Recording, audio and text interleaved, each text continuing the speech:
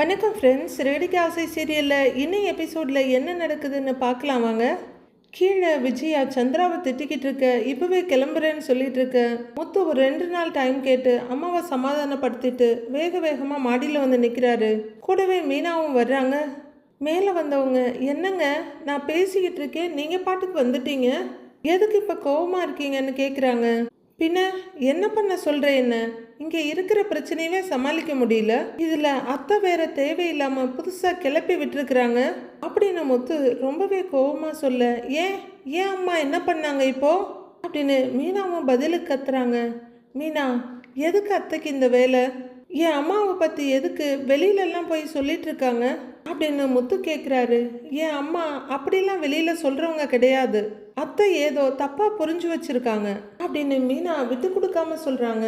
மீனா, அத்தையோட ஃப்ரெண்ட்ஸ் எல்லாம் வந்து அம்மாவை தப்பு தப்பாக பேசி இருக்காங்க, அத்தை போய் அவங்கக்கிட்ட சொல்லாமல் எப்படி வந்து பேசுவாங்க, என் அம்மாவை பற்றி நினைக்கிறத அவங்க மனசோடையே வச்சுக்க வேண்டியது தானே, எதுக்கு இதெல்லாம் போய் வெளியில் சொல்லணும், அப்போ எல்லாரும் என் அம்மாவை பற்றி தப்பாக தானே பேசுவாங்க, அதை கூட அத்தை யோசிக்க மாட்டாங்களா, அப்படி என்ன எல்லா இடத்துலையும் போய் துரு துருன்னு வாயை விடுறது அப்படின்னு முத்து உண்மையாகவே கரெக்டாக தான் கேட்குறாரு.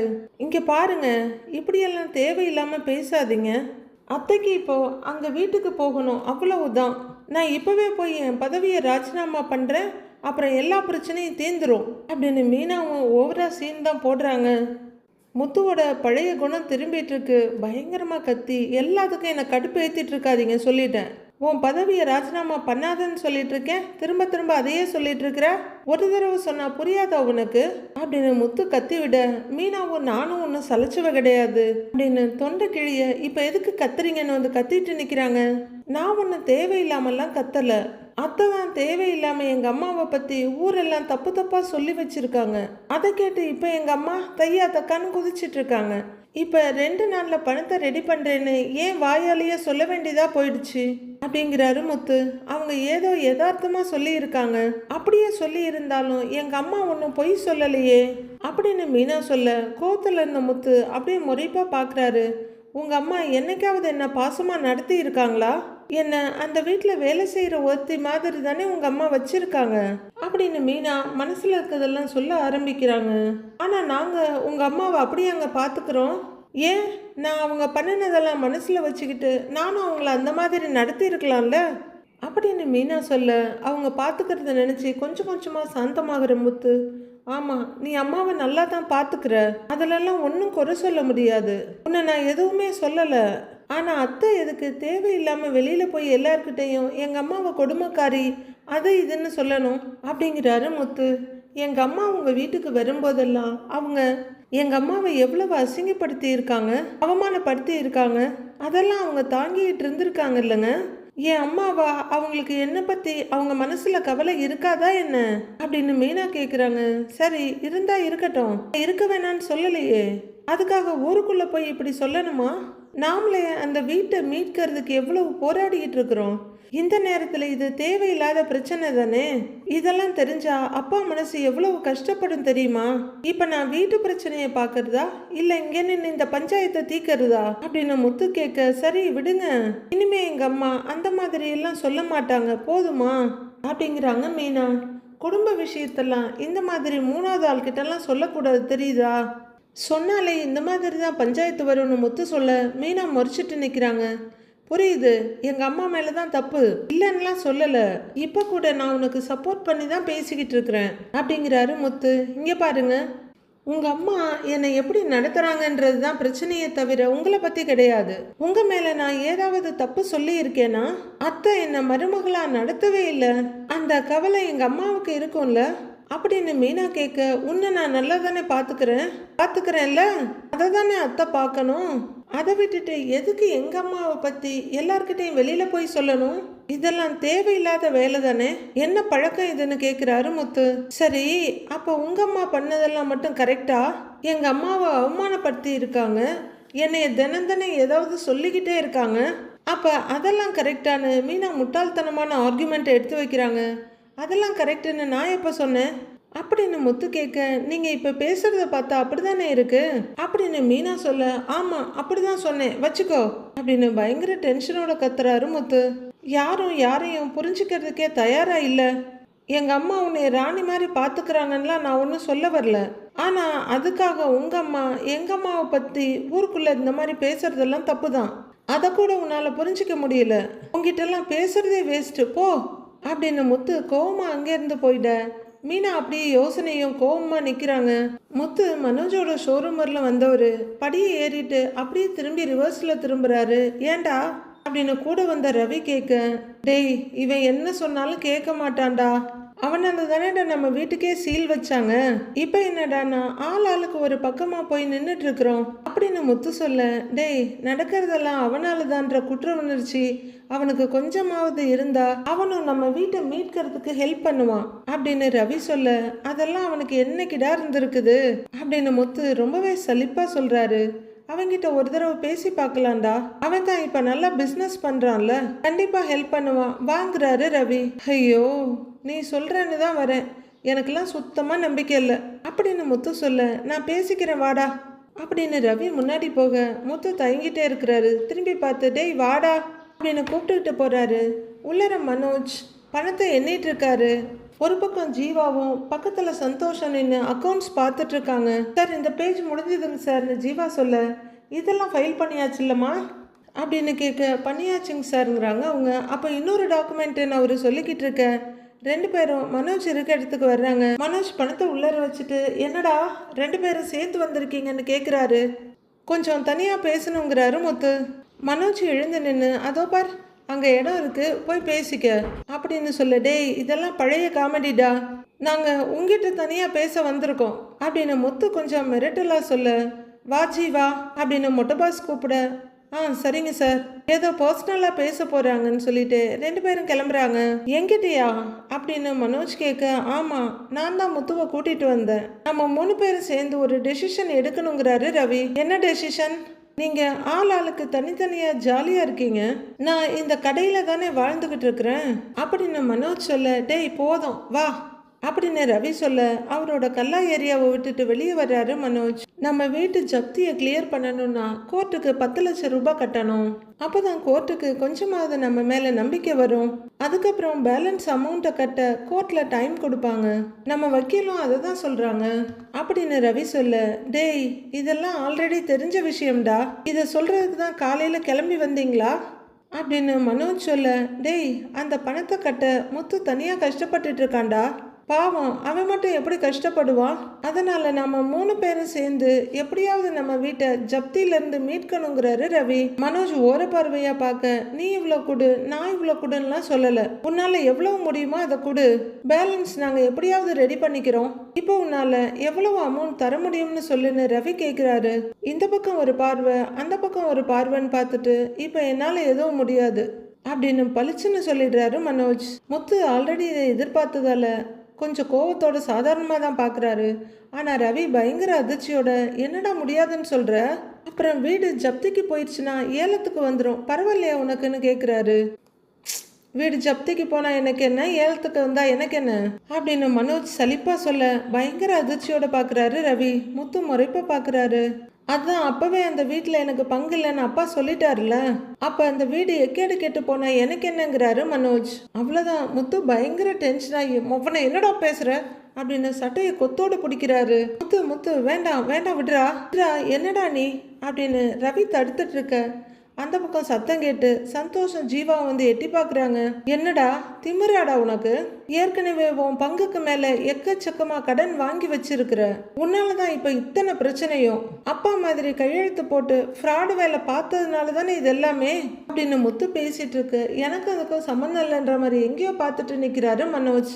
கொஞ்சம் விட்டுருந்தா எங்கள் எல்லாருக்குமே தெரியாமையே இந்த வீட்டை வித்துட்டு போயிருப்பல்ல, இவ்வளோத்தையும் பண்ணிட்டு அப்பா என்னமோ அன்னைக்கு கோவத்தில் சொன்னதை மனசில் வச்சுக்கிட்டு இப்போ நான் வந்து ஏன் தலையிடணும்னு சொல்கிற, நீ எல்லாம் ஒரு பிள்ளையாடா, அப்பா அங்கே ஒவ்வொரு நாளும் எவ்வளோ வேதனைப்படுறாருன்னு தெரியுமாடா உனக்கு அப்படின்னு முத்து மறுபடியும் எகிரிட்டு வர கொஞ்சம் தள்ளி நின்னுக்கிறாரு மனோஜ். முத்து விடுடா விடுறா அப்படின்னு நகர்த்தி நிறுத்தி வச்சுட்டு, டேய் மனோஜ் அப்பா அன்னைக்கு ஏதோ கோபத்தில் சொல்லிட்டாரு, அதுக்காக உன் ஷேரை கொடுக்காம இருக்க போறதில்ல, நீ தயவு செஞ்சு புரிஞ்சுக்கோ, நம்ம 3 பேரும் சேர்ந்து ட்ரை பண்ணா இந்த கடனை அடைச்சிடலாம்ல அப்படின்னு ரவி சொல்ல, மனோஜ் கொஞ்ச நேரம் ரவியவே பார்த்துட்டு, எனக்கு அப்பா மேலே நம்பிக்கை இல்லைன்றாரு.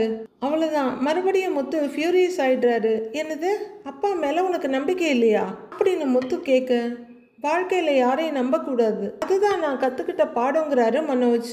உன் புத்தி வேற எப்படிடா யோசிக்கும், உன்ன மாதிரியே மற்றவங்களும் இருப்பாங்கன்னு யோசிக்கிற இல்லை நீ அப்படின்னு முத்து கேட்க, மனோஜ் ஸ்டபானா நிற்கிறாரு. இங்கே பாடுறா மனோஜ், இப்போ எதுக்குடா இதெல்லாம் பேசிட்டு இருக்கிற? நம்ம 3 பேருக்குள்ள எந்த பிரச்சனையும் கிடையாது. வீடு ஜப்தியில் இருக்கு, அதுக்கு 10 லட்சம் ரூபாய் பணம் கட்டணும். அதுக்கு உன்னால ஏதாவது ஹெல்ப் பண்ண முடியுமான்னு கேட்க தான் வந்தோம். உன்னால எவ்வளவு முடியும்னு ரவி கேட்கிறாரு. அதான் சொன்னேனேடா, அந்த வீட்டுக்கும் எனக்கும் எந்த சம்பந்தமும் இல்லை, அப்புறம் நான் ஏன் பணம் கொடுக்கணும் அப்படின்னு மனோஜ் தெளிவா நிற்கிறாரு. டேய், அப்பா ஏதோ கோபத்தில் சொல்லிட்டாரு, நீ என்னதான் தப்பு பண்ணியிருந்தாலும் அப்பா உன்னை அப்படியெல்லாம் விட்டுற மாட்டாருடா அப்படிங்கிறாரு ரவி. மனோஜ் கொஞ்சம் யோசிச்சுட்டு, அப்போ ஒன்று செய், நான் என்னால் முடிஞ்ச பணத்தை தர்றேன், ஆனால் நம்ம வீட்டில் மனோஜுக்கு பங்கு இருக்குன்னு அப்பாவை எழுதி தர சொல்லு அப்படின்னு மனோஜ் கேட்க, டேய் அறிவு கெட்டவனே அப்படின்னு மறுபடியும் முத்து எகிரிட்டு வர, முத்து கொஞ்சம் அமைதியாயிரு, வா இந்த பக்கம் அப்படின்னு கூட்டிட்டு வர்றாரு. சும்மா வந்துட்டானுங்க அப்படின்னு மனோஜ் சட்டையை சரி பண்ணிட்டு நிற்க, என்னடா சொல்கிறான் இவன், இவனை பற்றி தான் எனக்கு நல்லா தெரியுமே, அதனால தான் இவனை வந்து பார்க்க வேணான்னு நான் சொன்னேன். இவன் இப்படிதான்டா, ஏடா கூடமா ஏதாவது பேசிக்கிட்டே இருப்பான். இவங்கிட்டலாம் 5 பைசா கூட வாங்க முடியாது. முதல்ல கொடுக்கறதுக்கு மனசு இருக்கணும்டா, அதான் இவனுக்கு கிடையவே கிடையாது. ஏதோ நீ பேசுறேன்னு சொல்லி கூட்டிட்டு வந்ததுனால தான்டா, உனக்காக தான்டா நான் இங்கே வந்தேன். இவன் புத்தி எல்லாம் இதுதான்டா, இங்கே வந்தேன் பாரு, என்ன சொல்லணும் ச்சே அப்படின்னு முத்து நடக்க ஆரம்பிக்க, டேய் முத்து இருடா அப்படின்னு ரவி கூப்பிட, அங்கே போன முத்து அப்படியே நிற்கிறாரு. டேய் மனோஜ், இப்போ நம்ம ஃபேமிலி ரொம்ப டஃப்பான சுச்சுவேஷனில் இருக்குடா.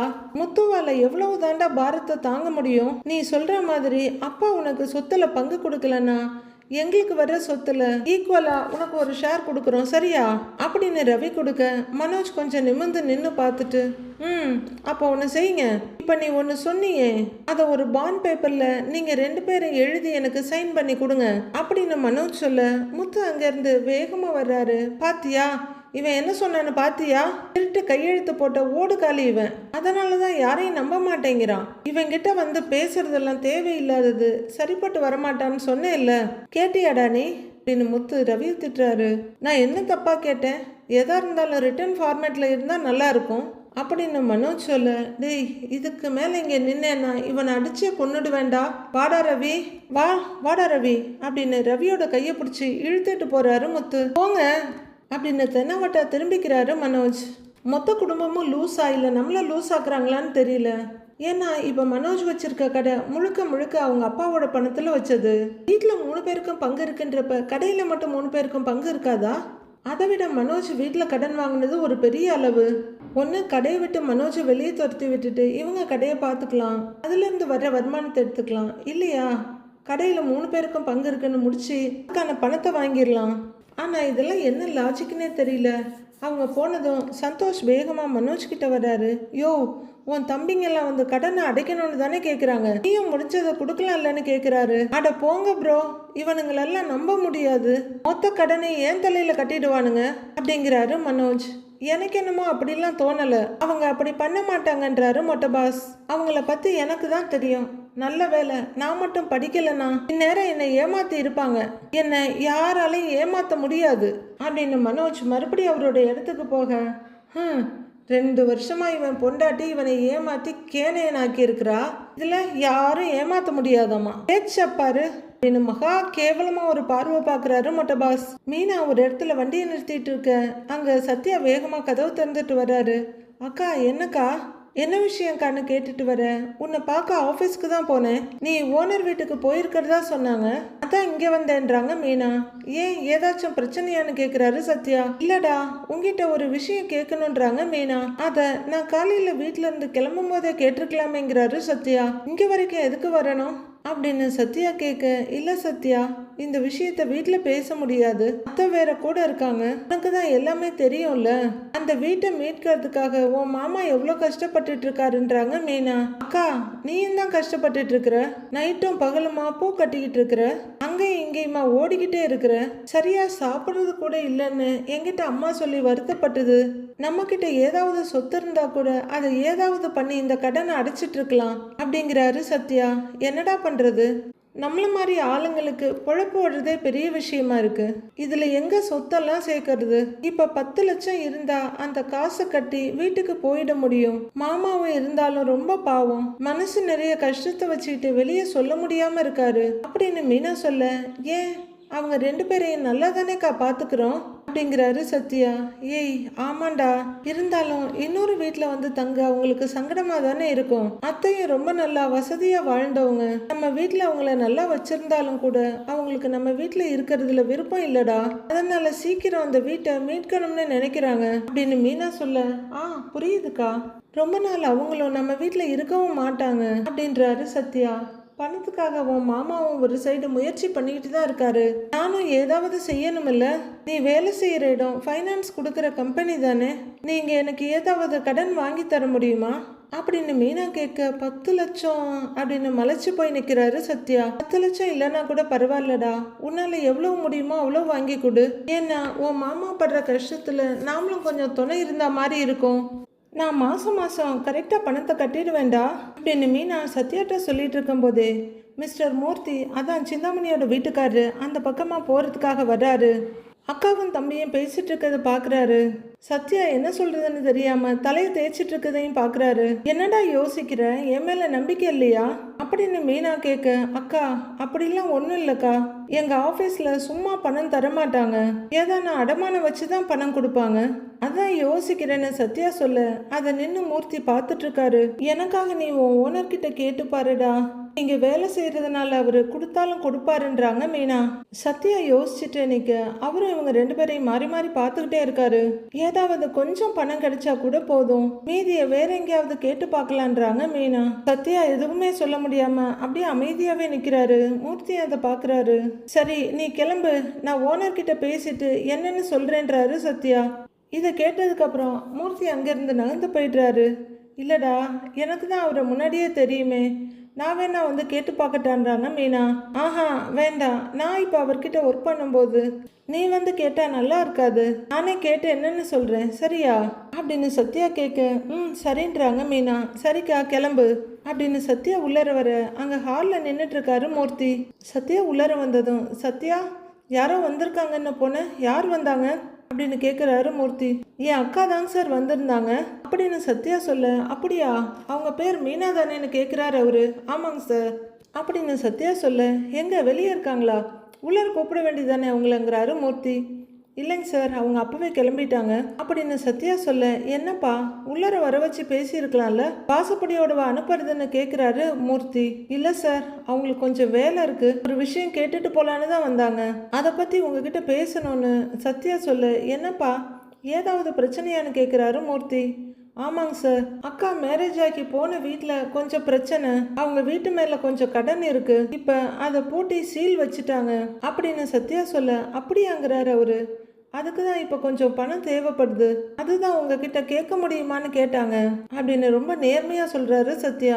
கொஞ்ச நேரம் யோசிக்கிற மூர்த்தி, சத்யா உனக்கு தான் நம்ம கம்பெனியை பற்றி தெரியும்ல, நம்ம யாருக்கும் சும்மா பணம் கொடுக்கறது இல்லையே, ஏதானும் அடமானம் வச்சாதானே கொடுக்க முடியும், உங்கள் அக்கா பேரில் ஏதாவது ப்ராப்பர்ட்டி இருக்கா அப்படின்னு அவர் கேட்க, இல்லைங்க சார்ங்கிறாரு சத்யா. எதுவும் இல்லைன்னா எப்படி சத்யா, உங்கள் அக்கா பெரிய பிஸ்னஸ் உமனாக இருந்தால் கூட கொடுக்கலாம், ஆனால் அவங்க பூக்கட்டுற பிஸ்னஸ் தானே பண்ணுறாங்க, அதை வச்சு நாம் எப்படி கொடுக்க முடியும் அப்படின்னு மூர்த்தி கேட்க, சார் கொஞ்சம் கன்சிடர் பண்ணிங்கன்னா ரொம்ப ஹெல்ப்ஃபுல்லாக இருக்குங்க சார்ங்கிறாரு சத்யா. நானும் உங்ககிட்ட தானே ஒர்க் பண்ணுறேன்னு சத்யா கேட்க, நம்ம கிட்ட ஒர்க் பண்ணுற பர்சனாக இருந்தாலும் அதுதான் பாலிசின்னு உனக்கு தெரியும்ல அப்படின்னு மூர்த்தி கேட்க, சார் தெரியும் சார், என்னை நம்பி கொடுத்தீங்கன்னா கொஞ்சம் நல்லா இருக்கும்ன்றாரு சத்யா. மூர்த்தி யோசிச்சுட்டு இருக்க, சார் அக்கா மாதம் கரெக்டாக கொடுத்துருவாங்க சார்ங்கிறாரு சத்யா. அதெல்லாம் எனக்கு புரியுது சத்யா, ஆனால் உன் ஒருத்தனுக்காக கம்பெனி ரூல்ஸ் எல்லாம் மாற்ற முடியுமா, இப்போ உனக்கு பணம் கொடுக்கறத வச்சு மற்றவங்க எல்லாம் கேட்பாங்கல்ல அப்படின்னு மூர்த்தி கேட்க, சத்யா எந்த பதிலும் சொல்ல முடியாம அமைதியா நிக்கிறாரு.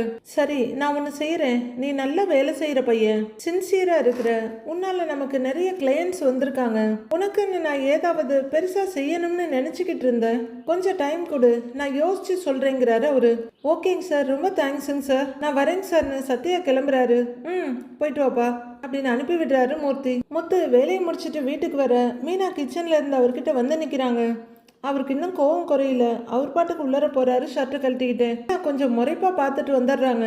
அவங்க அம்மா கிச்சன்ல தோசை ஊத்திட்டு இருக்க உள்ளர வந்த மீனா, அம்மா அவர் வந்துட்டாரு அப்படின்னு ஒரு பாத்திரத்தை எடுத்து கழுவுறாங்க. மாப்பிள்ளை ஏதாவது சொன்னாரா அப்படின்னு அவங்க அம்மா கேட்க இல்லம்மான்றாங்க மீனா. அவங்க ஒரு பிளேட்டை கழுவி அதுல தோசையை வச்சு சட்னியை ஊத்திட்டு இருக்காங்க. முத்து ஃப்ரெஷ் அப் ஆயிட்டு வராரு. மீனா கொண்டு வந்து தட்டை நீட்ட பேசாம வாங்கிட்டு உட்கார்ந்துடுறாரு.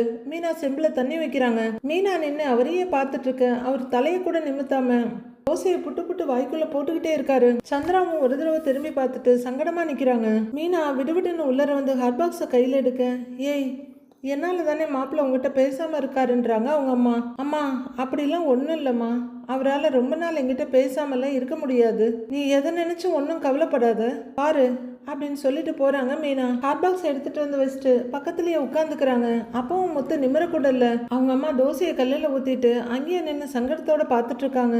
தட்டில் இருந்த 2 தோசையை சாப்பிட்றவரு படக்குன்னு எழுந்திருக்கிறாரு. ஏங்க இன்னொரு தோசை அப்படின்னு மீனா ஹாட் பாக்ஸை திறக்க எதுவுமே பேசாம எடுத்துட்டு கிச்சனுக்கு போயிடுறாரு. பிளேட்டை கொண்டு வாஷ் பேசின்ல வச்சுட்டு கையை கழுவிட்டு அவர் பாட்டுக்கு வர, ஏன் அதுக்குள்ள எந்திரிச்சிட்டீங்க, இன்னொரு தோசை சாப்பிட்ருக்கலாம்லன்றாங்க மீனா. முத்து எதுவும் சொல்லாம கையை தொடச்சிட்டு இருக்க சந்திரா வேகமா வந்து, மாப்பிள்ள சம்மந்தியம்மா பத்தி தப்பா நான் யார்கிட்டயுமே சொல்லல, நான் யதார்த்தமா ஏதோ சொல்ல போக அதை அவங்க தப்பா புரிஞ்சுக்கிட்டு ஏதேதோ சொல்லியிருக்காங்க. சம்மந்தியம்மா மனசை கஷ்டப்படுத்தணும்னு நான் என்னைக்குமே நினைக்க மாட்டேன் மாப்பிள்ள. ஆனா எதுவா இருந்தாலும் வெளியே சம்மந்தியம்மா பத்தி யார்கிட்டயும் எதுவும் பேசி இருக்க கூடாது, என்னை மன்னிச்சிருங்க மாப்பிள்ள அப்படின்னு சந்திரா அழுகையோட கையெடுத்து கும்பிட, அத்தை என்ன அத்தை நீங்க எங்கிட்டெல்லாம் போய் மன்னிப்பு கேட்டுட்டு இருக்கீங்க, நீங்களே எனக்கு அம்மா தானே அத்தை அப்படின்னு கையை இறக்கி விட்டுடுறாரு முத்து. இல்ல மாப்பிள்ள, இருந்தாலும் என்னால உங்க மனசு காயப்பட்டிருக்கே அப்படின்னு சந்திரா சொல்ல, அத்தை அத்தை அதெல்லாம் ஒன்றும் இல்லை அத்தை, எங்கள் அம்மாவை பற்றி தான் எனக்கே தெரியுமே, நீங்கள் பேசின விஷயத்தில் எதுவும் கண்டிப்பாக தப்பு இருந்திருக்காது. ஏன்னா அப்படி இல்லாத பொல்லாத சொல்கிற ஆளும் நீங்கள் கிடையாது. என்ன வெளியே ஆளுங்க கிட்ட எதுக்கு சொல்லிட்டீங்கன்னு தான். சரி விடுங்க, நீங்கள் கவலைப்படாதீங்க அப்படின்னு முத்து வெளியே போயிடுறாரு. மீனா, உண்மையிலேயே மாப்பிள்ளைக்கு ரொம்ப நல்ல மனசுடி. வேற யாரா இருந்திருந்தாலும் எங்க அம்மாவை பத்தி எப்படி நீங்க தப்பா பேசலான்னு என்கிட்ட ஒரு வார்த்தையாவது கேட்டிருப்பாங்க. ஆனா மாப்பிள்ளை இப்ப கூட என் மனசு நோகிற மாதிரி ஒரு வார்த்தை கூட பேசல பாத்தியா அப்படின்னு சந்திரா சொல்ல, அம்மா அவருக்கு எப்பவுமே உன் மேல பாசமும் மரியாதையும் நிறைய இருக்குமா அப்படின்றாங்க மீனா. உண்மையிலேயே அவர் இந்த வீட்டுக்கு மூத்த பிள்ளை மாதிரி தாண்டி. இப்ப என்னால நீங்க 2 பேரும் வேற பேசிக்காம இருக்கீங்க அப்படின்னு அவங்க அம்மா சொல்ல, அம்மா நான் தான் சொன்னேன்ல, அவராலலாம் ரொம்ப நாளா என் மேல கோவமா இருக்க முடியாது, நீ அதை நினைச்சு கவலைப்படாத, நீ போய் சாப்பிடு போ அப்படின்னு மீனா சொல்ல அவங்க அம்மா கிச்சனுக்குள்ள போறாங்க. முத்து மாடியில் வந்து பாய விரிச்சு படுத்திருக்காரு. உண்மையிலேயே ரொம்பவே பாவம்தான். ஒரு நல்ல சாப்பாடு கிடையாது, கம்ஃபர்டபுளான இடமும் கிடையாது, மனசு நிறைய கவலை, என்ன செய்ய போறோன்ற பயம். முத்துவோட நிலைமை ரொம்பவே பாவம்தான். அவரு மல்லாக்க படுத்து வானத்தை பார்த்துக்கிட்டு இருக்க மீனா வர்றதை பார்த்த உடனே ஒரு கிழிச்சு படுத்துக்கிறாரு. மீனாவும் வாட்டர் பாட்டிலை கொண்டு வந்து வச்சுட்டு பக்கத்தில் உட்காடுறாங்க. அப்போ என் மேலே இன்னும் கோவமாக தான் இருக்கீங்கல்ல, அப்படி என்னங்க நான் பெரிய தப்பு பண்ணிட்டேன் அப்படின்னு மீனா அடுத்த சண்டையை ஆரம்பிக்க, உன்னை சொல்லி குற்றமில்லை, என்னை சொல்லியும் குற்றமில்லை, காலம் செய்த கோலமடி, கடவுள் செய்த குற்றமடி அப்படின்னு முத்து தத்துவத்தை பாடிட்டு கம்முன்னு இருந்துக்கிறாரு.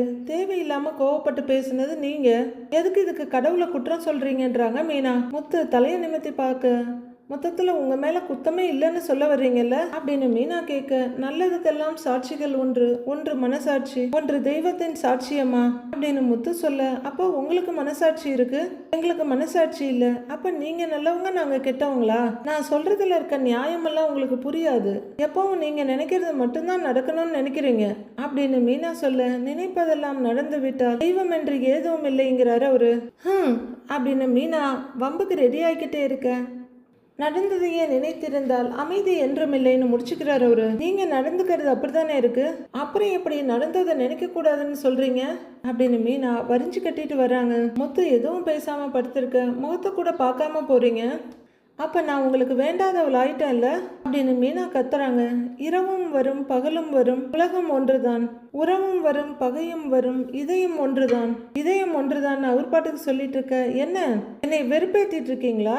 உங்ககிட்ட பேச வந்தேன் பாருங்க, என்ன சொல்லணும் அப்படின்னு மீனா கோவமா போர்வை உதறி போத்திட்டு படுக்க, முத்து மறுபடியும் மல்லாக்கப்படுத்து, நிலவுக்கு என் மேல் என்னடி கோபம் நெருப்பாய் எரிகிறது, என் மலருக்கு என் மேல் என்னடி கோபம் முள்ளாய் மாறியதுன்னு இருக்காரு. இப்ப பாடுறதை நிறுத்துறீங்களா இல்லையா அப்படின்னு மீனா எழுந்து உட்காந்து கத்த இவரும் எழுந்து உட்கார்றாரு.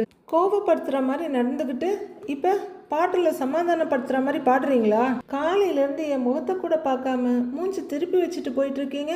எனக்கு எவ்வளவு கஷ்டமா இருக்கு தெரியுமா? அழுகையை அடக்கிட்டு இருக்கிறேன் அப்படின்னு மீனா அழுதுட்டு இருக்க, உன் கண்ணில் நீர் வழிந்தால் என் நெஞ்சில் உதிரம் கொட்டுமடி, என் கண்ணில் பாவை என்றோ கண்ணம்மா, என்னுயிர் நின்னதென்றோன்னு முத்து பாட உங்களை அப்படின்னு தலைவணி எடுத்து அடிக்க போறாங்க மீனா. மீனா மீனா மீனா மீனா ஏய் வலிக்குது வலிக்குது மீனா மீனா மீனா வேணாம் வேணாம் அப்படின்னு தலைவணியை பிடிக்கிறவரு மீனாவையும் சேர்த்து அப்படியே ஹக் பண்ணிக்கிறாரு. மண்டே ப்ரோமோவில் லாயர் நேரா வீட்டுக்கே வந்துடுறாங்க. அதான் மீனாவோட அம்மா வீட்டுக்கு. அண்ணாமலை, விஜயா, மீனாவோட அம்மா மீனா சத்யான்னு நின்றுட்டு இருக்க. நான் சொல்றத கேட்டு நீங்க யாரும் பதட்டப்படக்கூடாது. கோர்ட்ல இருந்து நோட்டீஸ் வந்திருக்குன்றாங்க லாயர். உங்க வீட்டை கைப்பற்றணும்னு சிந்தாமணி ரொம்ப உறுதியா இருக்காங்க. இன்னும் 2 நாளையில உங்க வீட்டை ஏலத்துக்கு விடணும்னு முடிவு பண்ணி அந்த பைனான்சியர் தரப்புல இருந்து கோர்ட்ல பேசி ஆர்டர் அனுப்பி இருக்காங்க அப்படின்னு லாயர் சொல்ல, அந்த பேப்பரை பயங்கர அதிர்ச்சியோட கையில வாங்குறாரு அண்ணாமலை. விஜயாவோட அதிர்ச்சிக்கு மற்றவங்களோட அதிர்ச்சிக்கெல்லாம் அளவே இல்லாமல் இருக்கு. அவ்வளவுதான், சிந்தாமணி டைமே கொடுக்காம அடிச்சிட்டு இருக்காங்க. அடுத்து என்ன நடக்க போகுதுன்னு மண்டே பார்க்கலாம் ஃப்ரெண்ட்ஸ். இன்னைக்கு இதோடு முடிச்சுக்கலான்னு இருக்கேன். 2 டைம் டாக்டர்ஸ் கிட்ட போயிட்டு வந்துட்டாலும் இன்னும் பெயின் குறையல. ஸோ மண்டே பார்க்கலாம் friends. Have a happy weekend. Thank you.